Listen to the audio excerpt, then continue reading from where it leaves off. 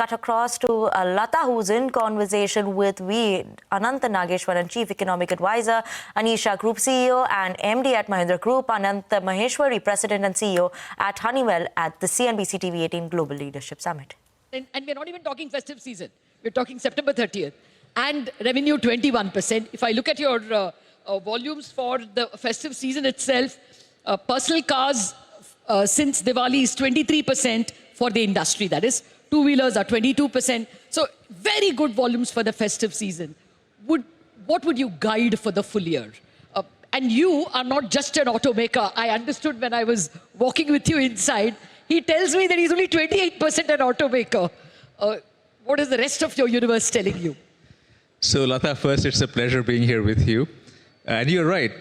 If you look at our profits over the last 5 years, auto is only 28%. And the part of auto that everyone loves talking about is less than half of that, which is SUVs. So as we look at results for this quarter, we actually play in 70% of India's GDP. And for us, this quarter, the farm business profit after tax was up 54%, Mahindra Finance 45%, Tech Mahindra 35%, our growth gems 22%, and auto up 14% because we've had some transition which we caught up in October, and therefore for the quarter itself was a little lower.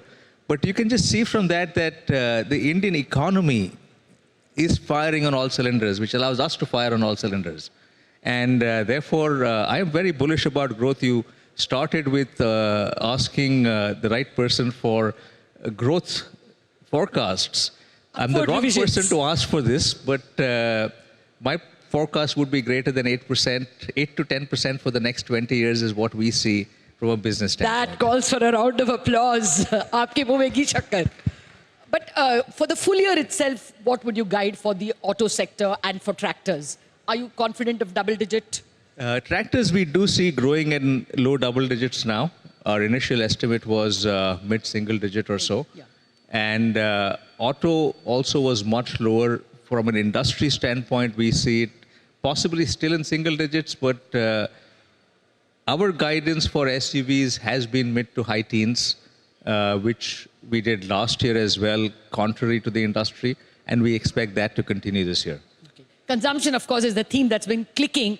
I'm going to come back with the more difficult question of CapEx, where we want to see more. But I'll start with you, Anantha, over there. We in India have been slightly disappointed by the way the FPIs have kind of shunned India. There have been outflows for 3 of the last 4 years. FDI is coming, but it is also going because of the very good IPO market. Since you are, as Honeywell, looking at the interface between foreign investors, what are foreign investors thinking about in terms of investing in India? So maybe I'll use the analogy that you used of the tunnel. And I was reading that title, Flying into India, yesterday in the evening. And I said, I don't see any tunnels in India. And they're definitely not dark. If I take the automotive industry example that since Anish is sitting here, and if you were flying into Germany or into Japan and you thought about the automotive industry, yes, there are some tunnels and you've got to think through them in terms of where the brightness is. But I would say in general, even the numbers that we were talking about, 6.8 or above, the growth numbers that you just spoke about, Mahindra, they are in an order of magnitude different from everything else in the world. So there may be short-term moves around the FPIs or the FDI, but in general, if you ask any CEO globally, India is a bright spot. Middle East is a bright spot that they would want to have a general lower risk sort of investment cycle into these 2 markets. India primarily with its consumption-led economy, a local economy, is more, I would say, risk insulated from the global moves that exist. Well, the tunnel part for me becomes relevant when I look at the global, picture, global ecosystem, because a lot of CEOs, or at least economists we speak to, tell us that the CEOs are riddled with uncertainty. I mean, you don't know whether to invest in this country or that because you don't know how much you will be tariffed, where this product might be tariffed more here. You move your... we asked Indian textile guys, will you shift a little bit to Vietnam because the tariff is lower? Who is to say that that will not change, 2 years from now? So they're not moving. The point is they're not investing because they don't know. Is that a likely cloud for us, a likely tunnel? So maybe it is a very sectoral response.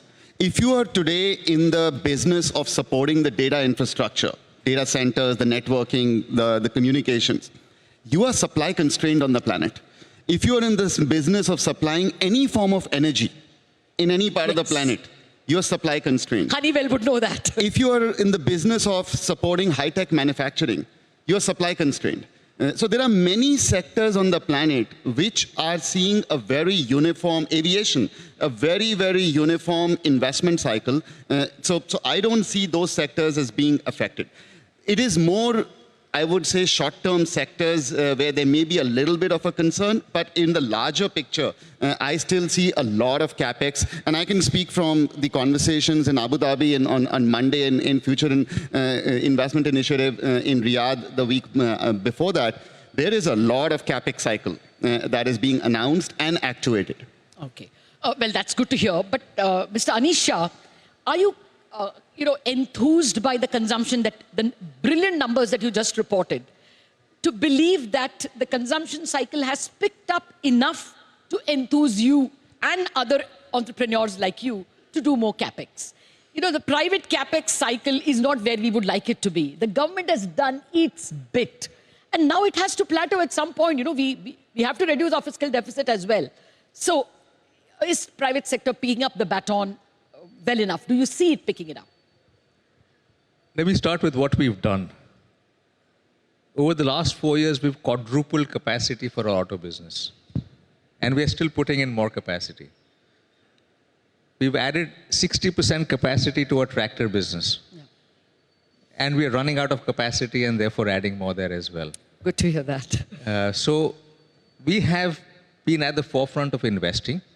To your question of are we enthused? Yes, a lot more. We believe that the fundamentals are in place for the Indian economy. The demographics, the reforms that we've seen and that we are seeing, the commitment to reforms, the physical and digital infrastructure, all of these are very strong foundation elements. The recent GST cut was a huge one in changing the sentiment. And that change in sentiment is what we are seeing in translating to some of the numbers that you read out as well. And that will result in greater investments across the private sector. And we do feel that a number of industries and companies are getting above the 80% capacity utilization mark, and that will be a trigger for greater investments. Okay.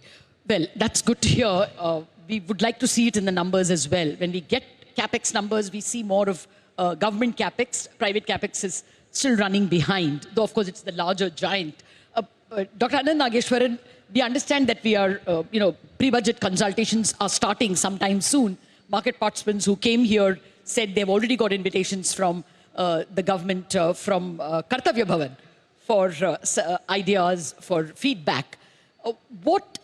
We've got some very good success stories in PLI.